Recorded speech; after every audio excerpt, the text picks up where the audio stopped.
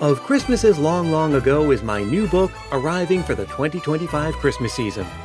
Find out what Christmas was like centuries ago.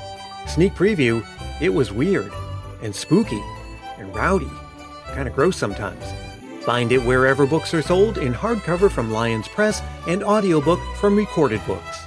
It's Christmas as you've never seen it before, and it makes a great gift.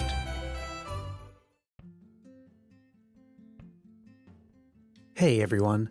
You may know that regularly scheduled episodes of Christmas Past arrive on Mondays and Thursdays this season. But I'm here today with a very special bonus episode. And some of you may be hearing my podcast for the first time in this bonus episode. So let me quickly say hello. My name is Brian Earl, and this is Christmas Past, a podcast that explores the fascinating histories behind Christmas traditions.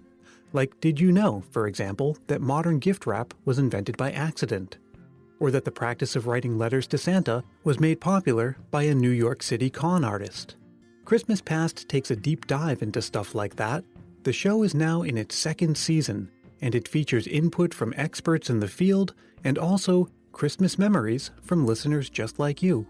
But today is different, because I'm here to introduce a very special project, one that I feel lucky and proud to be a part of. It all started a few weeks ago, when several of us Christmas podcasters were chatting with a listener named Butch Bailey on Twitter. Somewhere in the course of that discussion, it was suggested that all of us podcasters get together for some kind of crossover. Like, you know that Yogi Bear Christmas special where all of the Hanna-Barbera characters come together to celebrate the season? Something like that. Well, anyway, all of us got to talking and said, yeah, let's actually do that. Now, this is a first in the world of Christmas podcasts, so you're witnessing history in the making. What we're going to do is tell you a Christmas story. We picked a great short story for you, one that you probably haven't heard before. It's the 1912 story, The House of Seven Santas, by John Kendrick Bangs, where a group of people are trapped in a snowstorm on Christmas Eve. But when an unexpected visitor shows up, things take a surprisingly Christmassy turn. Here's how it's going to work. I'm going to read you the first few minutes of the story, and then I'll send you over to another podcast to hear the next installment, and so on. There are 7 installments in all across 7 different Christmas podcasts. The fun part is that each of us will bring our own unique style to the story. All of the installments are available right now, so you can hear the whole story in one sitting if you want to. This is going to be a fun Christmas storytelling adventure, and I'm really happy to have you along for the ride. Now, make sure you've got your pajamas on, pour yourself a mug of hot chocolate, and get comfy and cozy and take yourself to a snowy city scene in 1912, because here comes part 1 of The House of Seven Santas.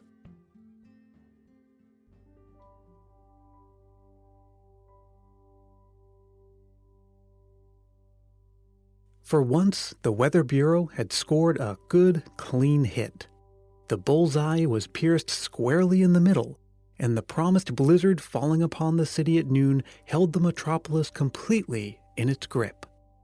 Everything in the line of public transportation in and out of town was tied up so tightly that it did not seem possible it would ever be unraveled again. The snow was piling waist-high upon the streets, and the cutting winds played their fantastic pranks with a chill and cruel persistence. It was with great difficulty that Dobley made his way into the Grand Central Railway Station. Like other suburban commuters at Christmas time, he was heavily laden with bundles of one kind or another. He fairly oozed packages. They stuck out of the pockets of his heavy ulster, a half-dozen fastened together with a heavy cord he carried in his right hand, and some were slung about his shoulders and held there by means of a leathern strap. The real truth was that Dobley had been either too busy or had forgotten the wise resolutions of the autumn and had failed to do his Christmas shopping early, with the result that now, on Christmas Eve, he was returning to the little Dobleys with a veritable Santa's pack, whose contents were designed to delight their eyes in the early hours of the coming morning. It was with a great sense of relief that he entered the waiting room of the station and took the accumulated snow from his coat and removed the infant icicles from his eyes, but his joy was short-lived. Making his way to the door, he paused to wish the venerable doorman a Merry Christmas. "Fierce night, Hawkins," he said as he adjusted his packages. "I shall be glad enough to get home." The old man shook his head dubiously. "I'm afraid you won't enjoy the luxury tonight, Mr. Dobley," he said. "We haven't been able to get a train out of here since 1 o'clock, and the way things look now, there won't be any business at this stand for 24 hours, even if we have luck." "What's that?" returned Dobley. "You don't mean to say—" "No trains out tonight, sir," said the doorman. "The line's out of commission from here to Buffalo anyhow, and nobody knows what's going on west of there. The wires are down, and we're completely shut off from the world." Dobley gave a long, low whistle.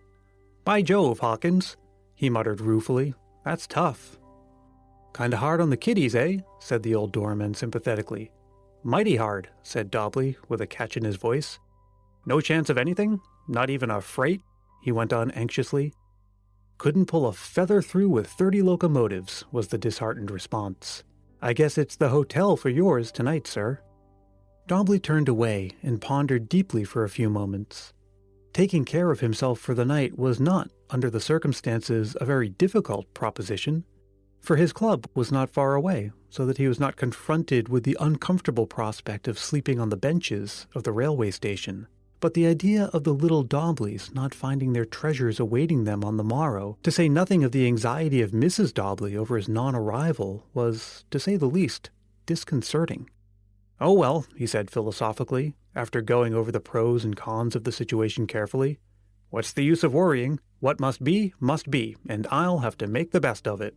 He buttoned his heavy coat up snugly around his neck, and seizing the bundles with a firmer grip, wished the doorman a good night, and went out again into the storm.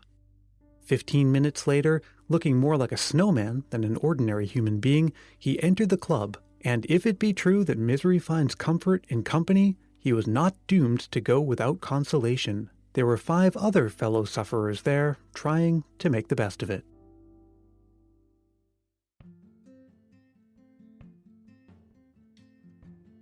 Well, that does it for the first installment of the story. I'm glad Dobley is warm and safe from the snow and among some friends, but does he make it home for Christmas? Well, to hear what happens next, I'm going to leave you in the very capable hands of Tim Babb, the host of Can't Wait for Christmas. So, wherever and however you get your podcasts, just look for Can't Wait for Christmas. The cover art is a picture of Tim wearing a Santa hat, and you'll want to download the episode titled The House of Seven Santas Part 2. I want to thank Butch Bailey for being the spark that lit this whole project. Thanks to my fellow Christmas podcasters for coming together to spread some Christmas cheer. And thank you for listening. If you're new to Christmas Past, I hope you'll subscribe for the season and maybe even check out some of my episodes from 2016. You can search for Christmas Past Podcast on Facebook, Twitter, and Instagram to follow along. We'd all love to know what you think of this collaboration. Who knows, maybe it'll become a yearly tradition. But we can't know if you like it unless you tell us. So I hope you enjoy the rest of the story, and I hope you have a wonderful holiday season and a very Merry Christmas.